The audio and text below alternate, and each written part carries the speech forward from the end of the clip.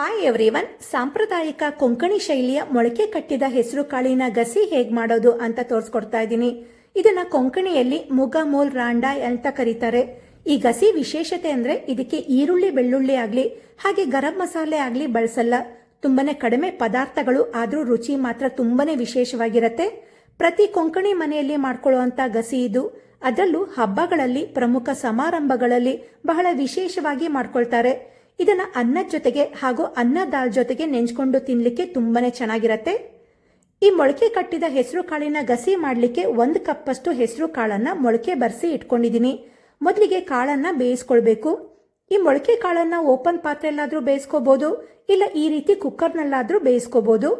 ಈ ಕಾಳಿನ ಜೊತೆಗೆ ದಪ್ಪ ಹೆಚ್ಕೊಂಡ 2 ಆಲೂಗೆಡ್ಡೆ, ಅರ್ಧ ಟೀ ಸ್ಪೂನ್ ಉಪ್ಪು, ಕಾಳು ಮುಳುಗೋಷ್ಟು ನೀರನ್ನ ಹಾಕಿ 1 ವಿಷಲ್ ಕೂಗೋಕ್ಕಿಂತ ಮುಂಚೆನೆ ಫ್ಲೇಮ್ ಆಫ್ ಮಾಡ್ಕೊಳ್ಳಿ. ಯಾಕಂದ್ರೆ ಮೊಳಕೆ ಕಟ್ಟಿದ ಕಾಳು ಬೇಗ ಬೆಂದೋಗತ್ತೆ. ಈಗ ಈ ಖಾರ ರುಬ್ಕೊಳ್ಳಕ್ಕೆ ಒಂದು ಜಾರ್ನಲ್ಲಿ ಸಣ್ಣ ಕಾಯಿದು ಅರ್ಧ ಹೊಳಕೆಯಷ್ಟು ತುರಿದಿರೋ ಫ್ರೆಶ್ ಕಾಯಿನ ಹಾಕೊಳ್ತಾ ಇದ್ದೀನಿ. ಇದಕ್ಕೆ ಕಾಯಿ ಕ್ವಾಂಟಿಟಿ ಸ್ವಲ್ಪ ಜಾಸ್ತಿ ಬೇಕಾಗತ್ತೆ. ನಂತರ ಇದಕ್ಕೆ 2 ಟೀ ಸ್ಪೂನ್ ಅಷ್ಟು ಹುರಿದಿರೋ ಕೊತ್ತಂಬರಿ ಕಾಳು, ಖಾರಕ್ಕೆ ಬೇಕಾದಷ್ಟು ಒಣಮೆಣಸು, 5ರಿಂದ 7 ಒಣಮೆಣಸು ಬೇಕಾಗತ್ತೆ.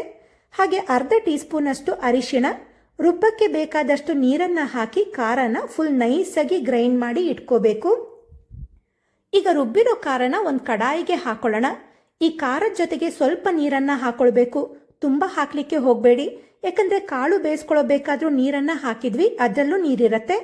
ನಂತರ 2 ಟೇಬಲ್ ಸ್ಪೂನ್ ಅಷ್ಟು ಹುಣಸೆ ರಸ, ರುಚಿಗೆ ತಕ್ಕಷ್ಟು ಉಪ್ಪನ್ನ ಹಾಕಿ ನೀಟಾಗಿ ಮಿಕ್ಸ್ ಮಾಡಿಕೊಂಡು ಖಾರನ ಕುದಿಲಿಕ್ಕೆ ಬಿಡಬೇಕು.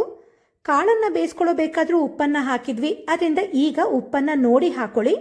ನಾವು ಕಾಳನ್ನ ಮುಂಚೆನೆ ಬೇಯಿಸ್ಕೊಳ್ಳೋದ್ರಿಂದ ಈ ಖಾರಕ್ಕೆ ಕಾಳನ್ನ ಹಾಕೊಳ್ಳೋಕ್ಕೂ ಮುಂಚೆ ಖಾರನ ಚೆನ್ನಾಗಿ ಕುದಿಸ್ಕೊಳ್ಬೇಕು.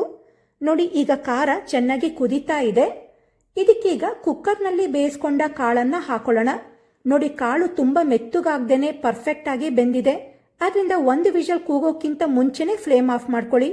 ಕಾಳು ತುಂಬಾ ಮೆತ್ತಗಾಗ್ಬಿಟ್ರೆ ಗಸಿ ಟೇಸ್ಟ್ ಅಷ್ಟು ಚೆನ್ನಾಗಾಗಲ್ಲ. ಈಗ ಇದನ್ನ ಮಿಕ್ಸ್ ಮಾಡ್ಕೊಂಡ ಮೇಲೆ ಇದಕ್ಕೆ 1 ಟೇಬಲ್ ಸ್ಪೂನ್ ಅಷ್ಟು ಬೆಲ್ಲ ಹಾಕಿ ಮಿಕ್ಸ್ ಮಾಡ್ಕೊಳ್ಬೇಕು. ಇದಕ್ಕೆ ಬೆಲ್ಲ ಹಾಕುದ್ರೇನೆ ಆ ಗಸಿದು ರುಚಿ ಇರೋದು. ಇದಕ್ಕೆ ಖಾರ ಹುಳಿ ಸಿಹಿ ಎಲ್ಲ ಇರೋದ್ರಿಂದನೇ ಈ ಮೊಳಕೆ ಹೆಸರು ಕಾಳಿನ ಗಸಿ ಅಷ್ಟು ಚೆನ್ನಾಗಿರತ್ತೆ. ಈಗ ಕಾಳು ಖಾರ ಎಲ್ಲ ಚೆನ್ನಾಗಿ ಹೊಂದ್ಕೊಳ್ಳೋ ತನಕ 1-2 ನಿಮಿಷ ಕುದಿಲಿಕ್ಕೆ ಬಿಡೋಣ. ಅಷ್ಟರಲ್ಲಿ ಇದಕ್ಕೆ ಒಂದು ಒಗ್ಗರಣೆ ರೆಡಿ ಮಾಡ್ಕೊಳ್ಳೋಣ. ಈಗ ಒಗ್ಗರಣೆಗೆ ಒಂದು ಪ್ಯಾನ್ ನಲ್ಲಿ 2 ಟೀ ಸ್ಪೂನ್ ಅಷ್ಟು ಕೊಬ್ಬರಿ ಎಣ್ಣೆನ ಹಾಕೊಳ್ತಾ ಇದ್ದೀನಿ.